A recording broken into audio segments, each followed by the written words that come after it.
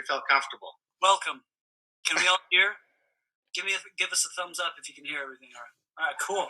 Still a bunch of people I can't see videos, but okay, that's cool too. No offense to anyone here who may not have thumbs. I don't have camera on all of you. All right, everybody. Well, welcome to 1027 The Peaks, presented of, I don't know how, but they found me in the Peak Zoom Lounge, joined, of course, by Dallon Weeks. Thank you very much for hanging out with us today, guys. I appreciate the singular claps. That's so fantastic. Yeah, nobody else joined in on that. What was up with that, everybody? This is like a cooperation. We're gonna participate together. You may be on mute, but I can still see you not clapping. I'm offended. First off, the new album, Razzmatazz. Congratulations. Thank you, sir. Very cool record. Dallon, how are you doing? How are you holding up? You know, we're keeping safe. That's the important bit.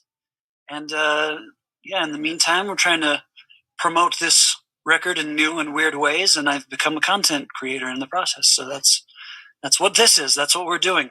We're making content together. Thank you all. I noticed that in your fancy new room there. That's pretty sweet. I like the room. It's a work in progress. It's still pretty new, but those keyboards are two of the only three keyboards that you'll hear on Razzmatazz. That's one of the little rules that we made when we recorded. We limited ourselves a little bit to sort of force some more creativity out of blood out of a stone and all that. For those who might be watching who may not know or maybe just found out about the band, how did you and Ryan hook up and start up this project? Well, Ryan and I have known each other for over a decade. And we used to play in a band together called the Brobecks that, we had some regional success, but that band sort of plateaued, and that next step, it never really came. So we got, paths diverged, and we got employed in other bands, but we always stayed in contact. And anytime I would make like a demo or something and needed drums, I would call him up because I just love the dude. He's been my friend for such a long time, and he's such a professional too that he'll drop whatever he's doing and come record drums. So I started recording these songs for I Don't Know How, and I kept calling him and bringing him in, and the more we got hanging out, we were both in really similar situations and just wanted to have fun playing music again. So we started booking shows in secret.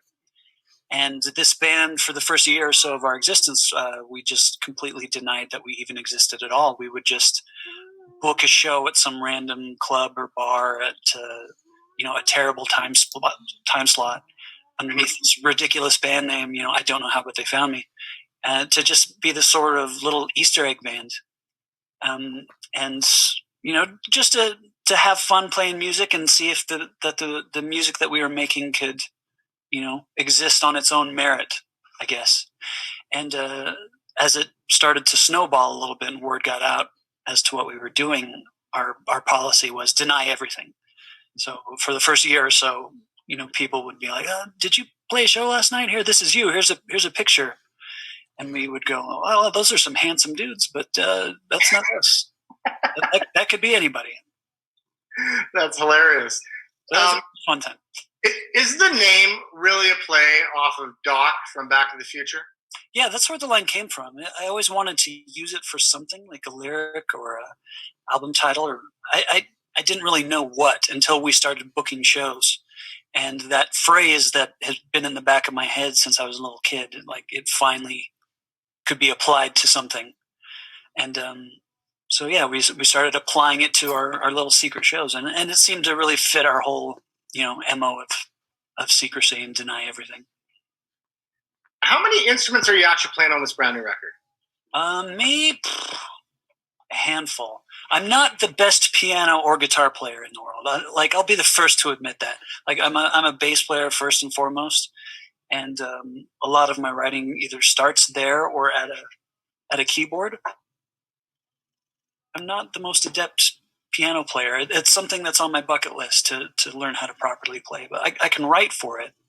But when we record things like a piano, I'll program it out like note by note and try my best to use these computer programs to make it sound like a real piano. But when it comes to intricate guitar parts, usually I'll have someone who knows what they're doing come in and we'll talk about it and create these pieces together. Because admittedly, there are certain instruments that I'm not a shredder, and I'm more of a songwriter than anything else. So I kind of have to struggle my way through some instruments sometimes. Now, with that, is there any plans in the future for the band to maybe go ahead and hire more members, or is it just going to be a two-piece? No, we've always wanted to add more people to the live setup. That's something we talked about from the inception of this. But everything that we've done so far has been born out of necessity. Like keeping it a two-piece was because we were both still employed at the time in other bands. So in order to keep it simple and inexpensive and easy to just drop everything and go book a show, keeping it between the two of us was the easiest thing to do. So it just kind of stayed that way for a while. But I think the more that we get rolling, if we can get to a spot where we can afford to bring out some additional musicians for the live show, that would be really fun to do. Because we did get an opportunity to do that recently down in Provo, Utah, a little bit south of where I live. We did a studio session with some live musicians for the first time, and some really talented people who live around here in Salt Lake in Utah, where I'm from. A guy named Robbie Connolly, who plays with the Killers as one of their auxiliary players, and another guy named Stu Maxfield, who co-wrote Sugar Pills with me. So there's a lot of really great talent around where we live. And getting the chance to play with more musicians live is definitely something we want to do in the future. Well, that's cool. Before you were a rock star, let's go back a little bit further to your first job. What was your first ever job that you had? Sandwich artist. Really? Yeah, I don't know if you remember that whole thing that Subway had in the 90s, like, come and be a sandwich artist. And two of my favorite things put together. How could I not go for it? Sandwiches and art. So that's my first job, I think, when I was 15. But I think from the time that I was like 10, I was doing blue-collar jobs, like with my dad, because he was always like a construction guy and what do you call him? A contractor. Okay. He's been that and a fireman since I was like a little kid. So I would always join him and my brothers on job sites and, free labor for my dad. But I grew up doing that stuff. So when I wasn't doing, food service industry jobs, I was doing blue collar stuff like plumbing and electrical work, and all the while trying to pursue music as well. So I'm sure that with your dad being in construction and stuff, that you were given a lot of dad logic as a kid. Oh, What was the best dad logic he gave you? Well, nuggets of wisdom. Like I'm sure I could sit down and write them all out. I'd have to think about it. But the first thing that comes to mind when you say that is my dad just complaining about who left the lights on in the basement, or most of my childhood was who left the damn lights on. So I don't know. Or the thermostat. I got that a lot. Think about that. Yeah. For example, like when I started a new job when I was about 15 or so, my dad told me not to talk because then they would come across and they would know how stupid I was. So that was his big logic to me. Is like, hey, just shut your mouth for a while. I guess one thing I do remember one thing that he used to say. Well, still says it. When it came to pain, mind over matter. If you don't mind the pain, then it doesn't matter. If you drop something on your toe on a job site or get cut or something, mind over matter, son. What was the first concert that you ever took in? Oh man, I think it was Counting Crows in '96, maybe. Oh, nice. Yeah, I still love that band. They're really, really great. But them, and I think the second one was Pearl Jam.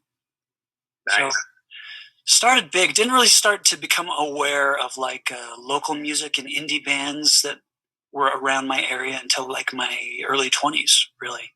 Really, hey? But yeah, after I discovered that there was, a thriving art scene where I lived, I became really heavily involved in that, going to see like smaller bands, indie bands that were on tour, and so that became really important. And what was the last concert you went to before the pandemic hit? That wasn't like an opening band on one of your bills. I think it was Super Ed. They're a band that we toured with that I really, really love. And if you're not familiar with them, check them out. They're fantastic. But they rolled through Salt Lake City last year. I think last winter. I think that was the last show that I went to before COVID started to break out. Well, guys, you guys want to hear a track from Dallon and I Don't Know How They Found Me? Do we get a thumbs up for that, or?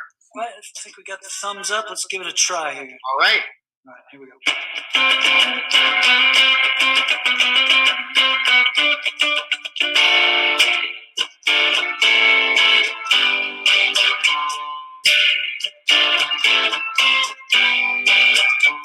Big shot, so what do you want to pretend? You took the money, but the money couldn't buy a friend. Now I want you to leave me alone. They say the devil that you know is better than the devil that you don't. You're a big shot here, but nobody else knows. Now I want you to leave me alone.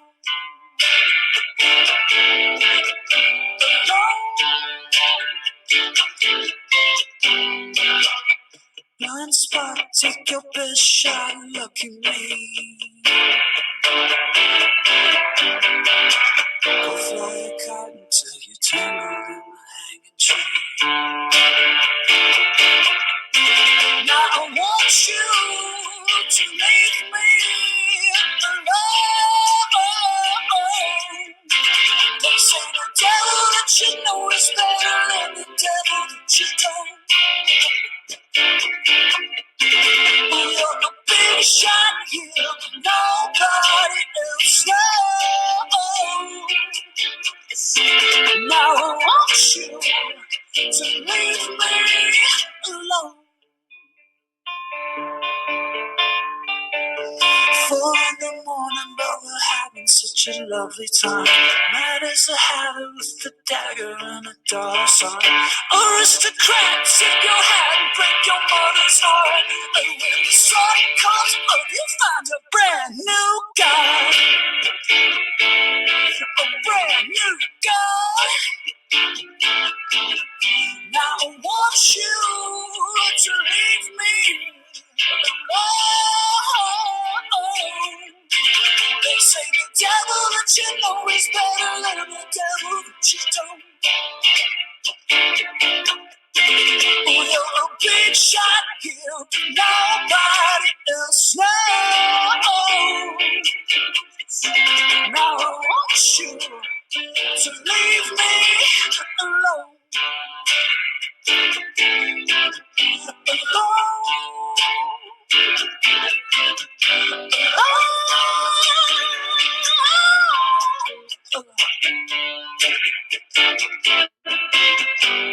Alone.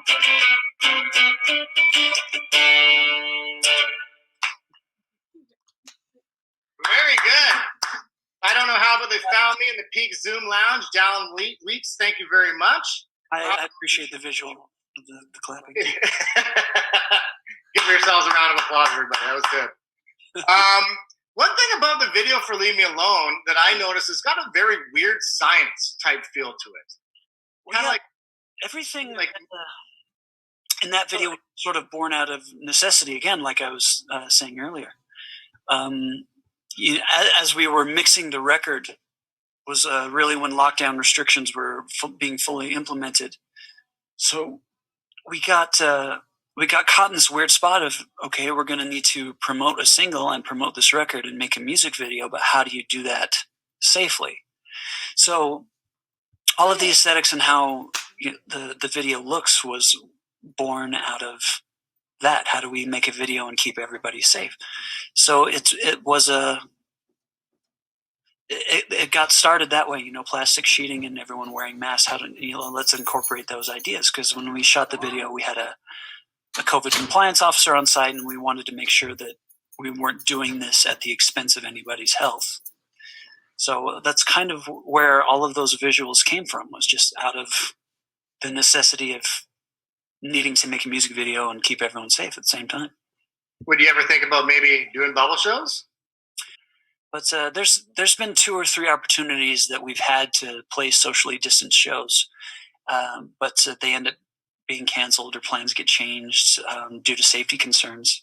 So that's been the biggest hurdle, because we've tried to do 2 or 3 different socially distanced shows, but they just end up not working out. So we plan for the best, but expect them not to happen, Yeah.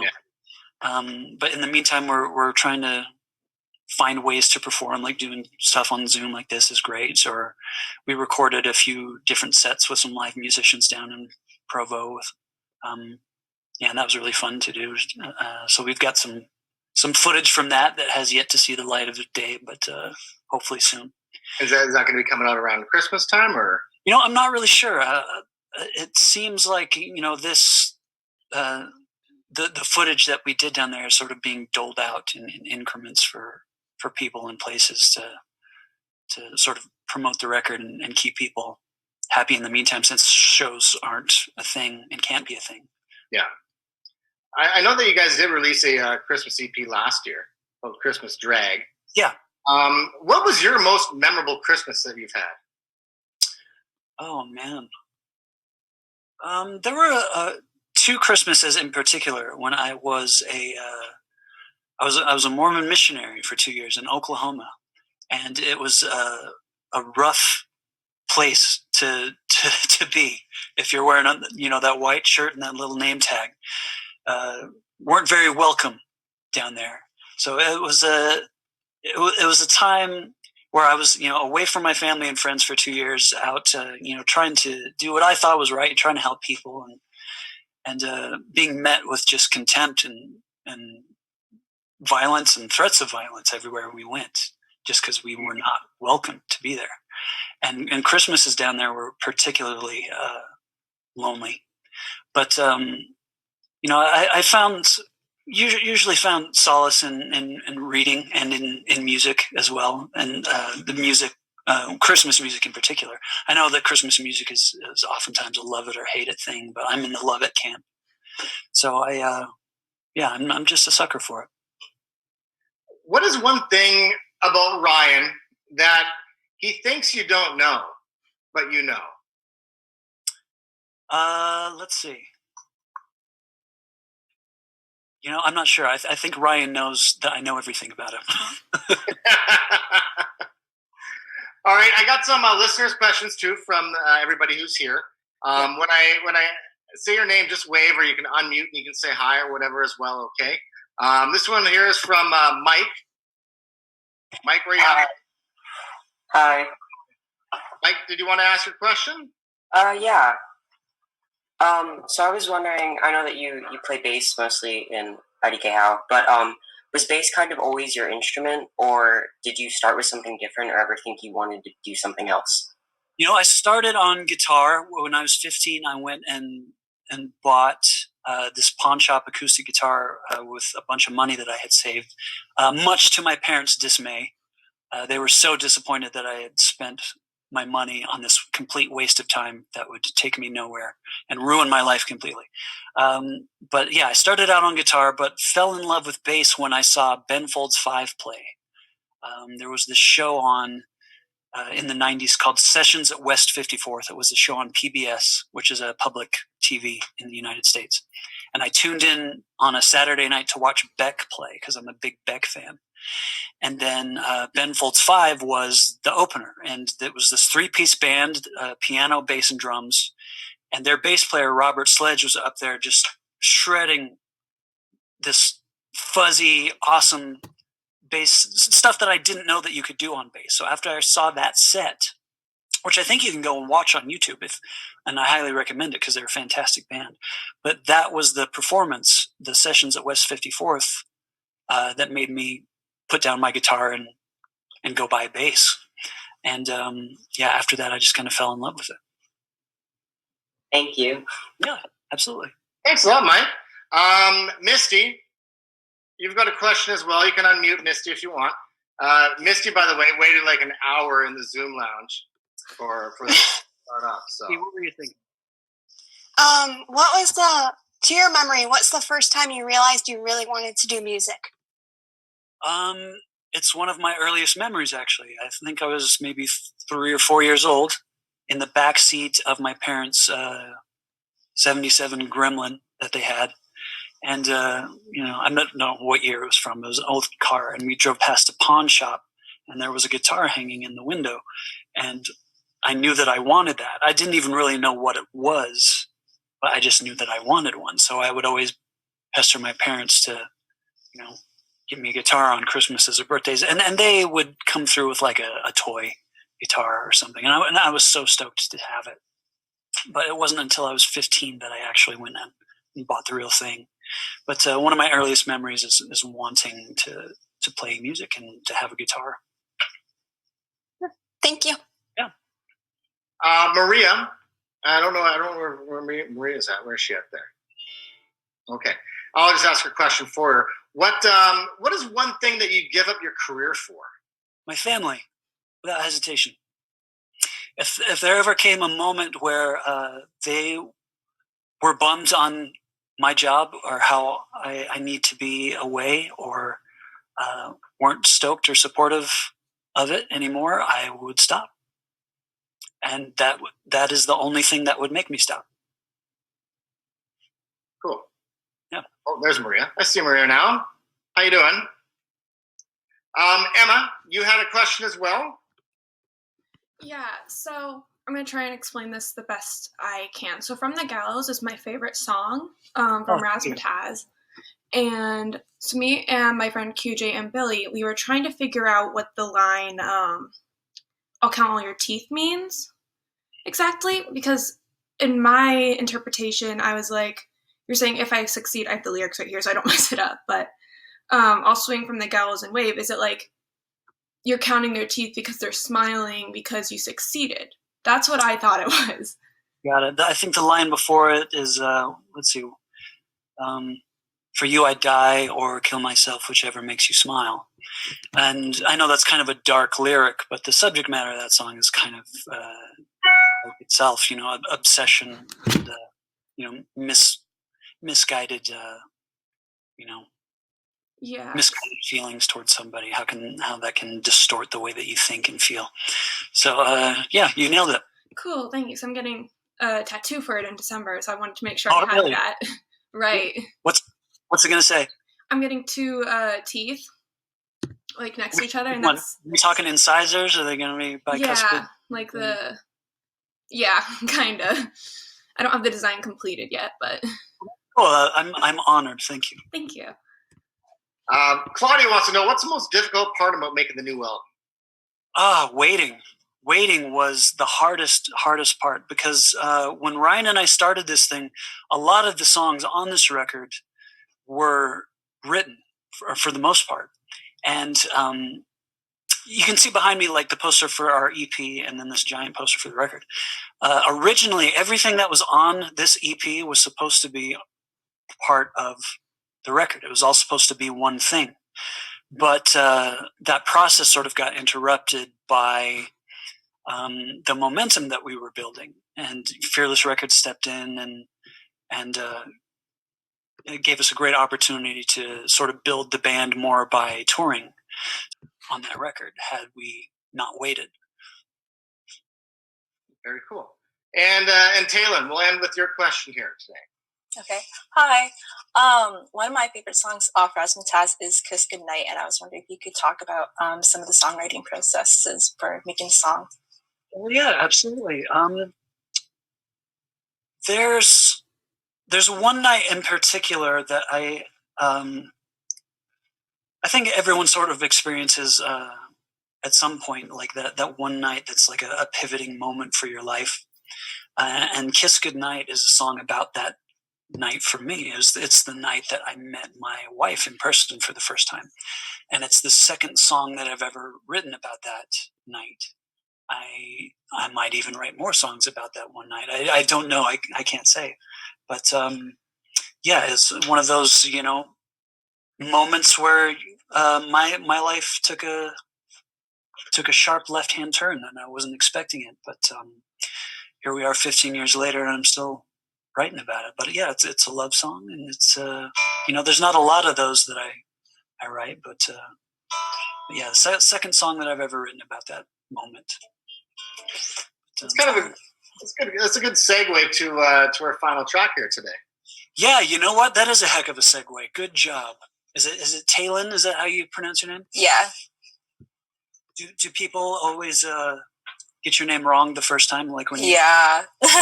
even though it's easy to spell too, I even get the spelling wrong as well. But yeah. Yeah, that always happens to me. Like you introduce yourself and you say, "Hi, I'm Talon," or "Hi, I'm Dallon," and they, Dylan. The weirdest one I ever got was, "Hi, I'm Dallon," and they went, "Gabe." Gabe? No, not Gabe. Not even a little bit. I think they had like an aneurysm or something. Anyway. But thank you. Let me make an adjustment on the old amplifier. All right. Well, here's I don't know how, but they found me in the Peak Zoom Lounge. Dave, is it Dave? You said? Oh, Dallon. Sorry. Dallon. Yeah. There we go. Yeah. Okay. You got it. Okay. Here we go.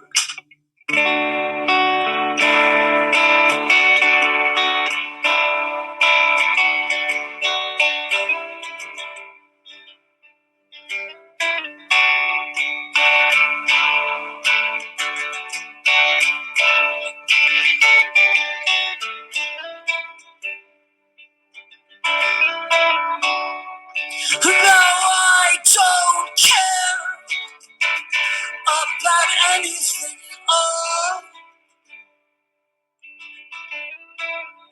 But I still stop and stare every time you call.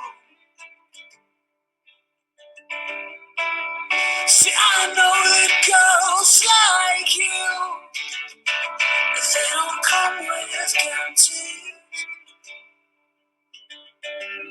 So if you've got to spend your time, oh, won't you spend it with me?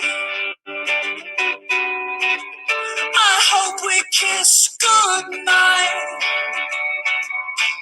Well, it might just end my life. But if you think that it's right, I hope we kiss goodnight. I hope we kiss goodnight. Should you invite me in to spend the night on the floor? Oh, please believe I'll be a gentleman, or you can show me the door. While all my friends and I leaf through the books on your shelf. Now I don't want to spend my life with anyone else.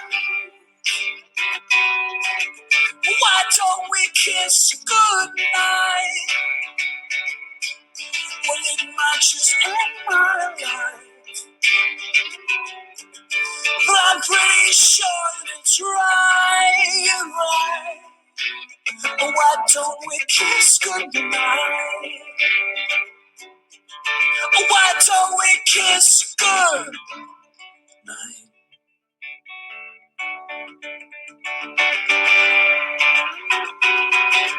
Why don't we kiss goodnight? Well, it might just end my life,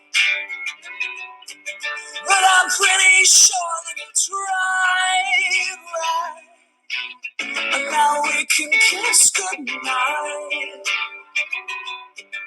I don't want to spend my lifeline without your kiss goodnight. Yeah, for the rest of my life, I need your kiss goodnight. I hope we kiss goodnight.